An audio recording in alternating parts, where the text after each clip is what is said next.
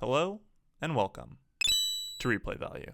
For the last few weeks, I've really only done analysis of content I like because, well, frankly, it's easier. I enjoy rewatching episodes of shows that I like. I actually have some thoughts about them from my time either watching them initially months or years ago, or if they're currently airing, the exact moment I finish them, and then I just rewatch to start taking notes. I think that's pretty standard. I can't imagine many people willingly choosing to submit themselves to things that they don't like multiple times, unless it's for a school assignment or a hot date, as the case may be. And while bashing things relentlessly is fun and definitely entertaining, we have a show specifically designed for that, where at the very least we hold ourselves to trying to be clever about the things we're ripping apart. So while I have plenty to say about shows like Guilty Crown, Izetta the Last Witch, and everyone's favorite dead horse Sword Art Online, this kind of analysis video simply is not the place for that. But here I am talking about one of those kinds of shows in an analysis video. Gin no Guardian, henceforth called The Silver Guardian, is by far one of the worst anime series I've ever had the displeasure of watching, and frankly it's amazing to me that I stuck with it at all back when it was airing in the spring of 2017. It was like watching a train wreck in the 8th dimension. I had no idea what was going on 80% of the time, but I legitimately could not pull my eyes away, probably because each episode was only 13 minutes long. It is probably one of the standard bearers in anime for how not to tell a narrative. The world is never actually explained, rules are made and then immediately broken, characters are introduced and then disappear. It's complete nonsense. And before someone attempts to defend the first season of this show with each episode was only 10 minutes long considering the OP and AD length, and that's not enough time to tell a good story, well, you're out of your mind, because that's still 2 hours of content I had to sit through to get all of my notes in order, and I could have spent that time watching Wolf Children instead. So with all of that being said, spoiler alert warning for the entire first season of the show, and let's take a look at why The Silver Guardian fails as a narrative.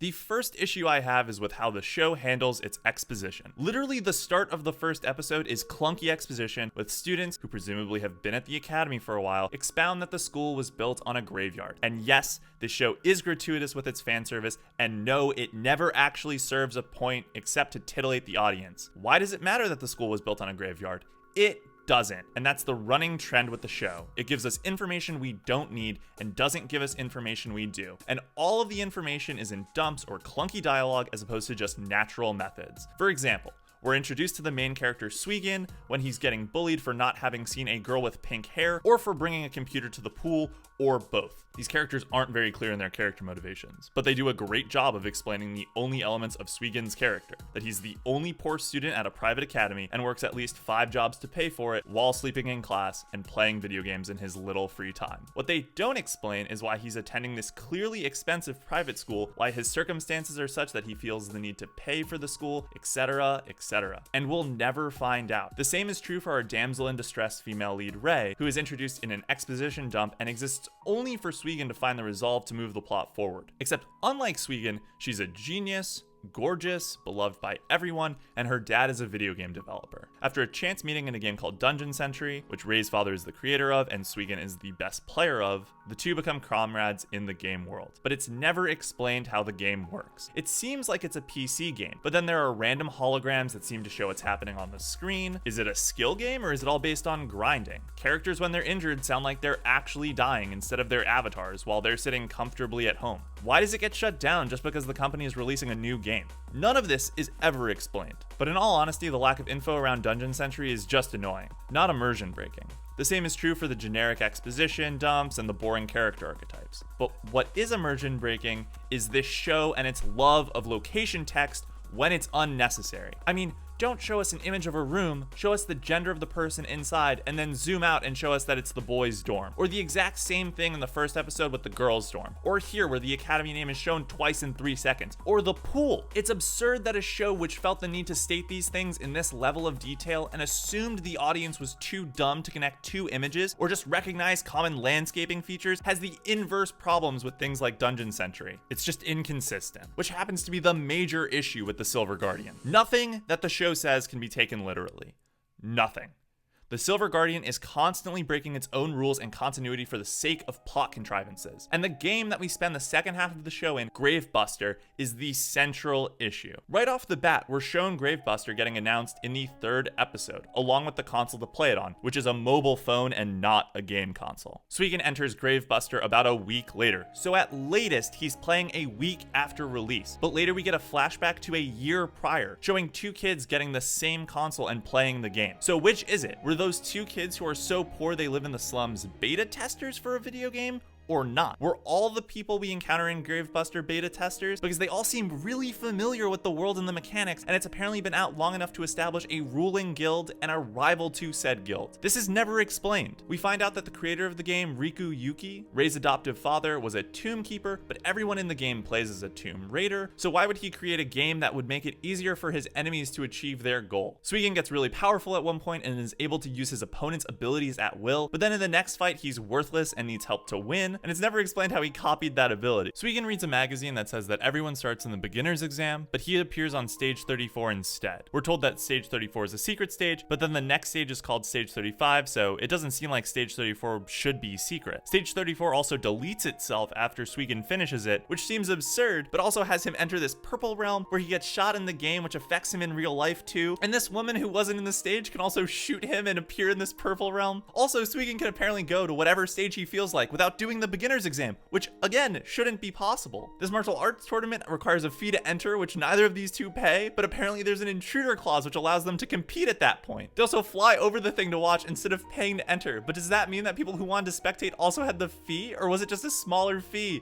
None of this is explained. This kid knows that his ability will cause him to lose his photos, but then in the next episode he acts super surprised that that's the case. But the absolute worst of it all is the absurd turn the show takes in episode 6, because it is both garbage tier exposition and the most contrived sequence I think I've ever seen. Episode 6 starts off with Rei being kidnapped by these guys in front of the entire student body, and no one seems to care even though she's apparently the idol of the whole school. While this is happening, we learn that Rei's dad is her adoptive father, and he's Suigen's grandfather, who Suigen doesn't remember, in a recorded message, which is actually not the worst way to do this, but is somewhat undercut by the next episode, which figures. As the kidnappers drive away in their car and get on the highway, we then see Suigen biking after them. Note, mind you, that this is the bike we saw in the previous episode begin to fall apart at the seam and is now at least going 55 miles per hour on a goddamn highway. And if that wasn't enough, he holds her mourning bow in her mouth, which he'd have to have stopped to pick up and put there, but then just yells her name, causing it to fly away. He somehow catches up and crashes, which is followed by a dude literally teleporting in the real world. He kidnaps Rei from her initial kidnappers, but not before Suigen, who after crashing was uninjured and decided to walk on foot to follow the car that he could have not possibly seen crash, arrives to the scene. And this guy delivers a message to him in stopped time before teleporting away again. It's pretty convenient that this dude knew Suigen would develop superpowers and be able to bike faster than humanly possible to keep pace with a car, crash at that high speed on concrete, and be uninjured, and stupid enough to try keeping up with the car at walking pace. Episode 6 ends with a recap of the last 6 episodes, because literally nothing that has happened before this matters, to the point where there's actual dialogue in the flashback that says, apparently everything is about to start now. We're going to make sure you're here until the end, which is how you should know you effed up. The takeaway from this video for you should be that whenever you're creating something, one of the questions you almost need to be asking yourself is why? Why is Suigen working really hard to attend this expensive school when he doesn't seem to care about the education? All he wants to do is play video games. Why is this game actually teleporting people to another world, but it still kind of behaves like a video game? And why did it need beta testers if it is actually another world? And why is this technology not more prevalent and have more uses in society? Why did Suigen have to lose his memories? And why did his grandfather know that he was at this academy, but not help him out with a little bit of cash when the dude was unbelievably wealthy? Why does getting kissed by this cat girl, though kiss might be a bit of an understatement when their mouths literally fuse, unlock his memories? And why did his memories get sealed away in the first place? Why does Suigen get access to his opponent's abilities? And why does he forget how to play the game moments later? Why does this stage delete itself when none of the other ones do? And why does that woman also get to appear in the deleted space when she wasn't in the stage when it was deleting? Why was stage 34 secret, but stage 35 is open, yet it's still in numerical order? And why include somewhere in this location text? Like, the basic rules of narrative are thrown out the window for this show for like no reason, to the point where the bad exposition is almost welcome. Like this scene where this guy is telling other players that money equates to your in-game power, and if your account hits 0, your account is deleted, but all players would know that. It's only stated for the audience's benefit. The whole show is just cliches, bad writing, no sense of pacing in terms of reveals, because everything is held to the chest the whole time. It's just unbearable. And I have tons of other nitpicks, like how Swegan has a friend when he has no free time and the little he does have is spent gaming, but I think I've made my case. Do the opposite of what this show does. Create rules for the world that aren't going to be broken constantly, drop exposition in organic and natural ways so that the audience can be brought into the world without feeling like they're a total moron, and above all else, just think through what you're doing. Any of that, and you'll be a good step up on the Silver Guardian. Well, this was a change of pace. Did you like it? Let us know with a comment or a like, and if you didn't, don't worry, this is not the new normal for replay value. We'll be back to normal positive thematic analysis next time and a new attention span shortly thereafter. Thanks for watching.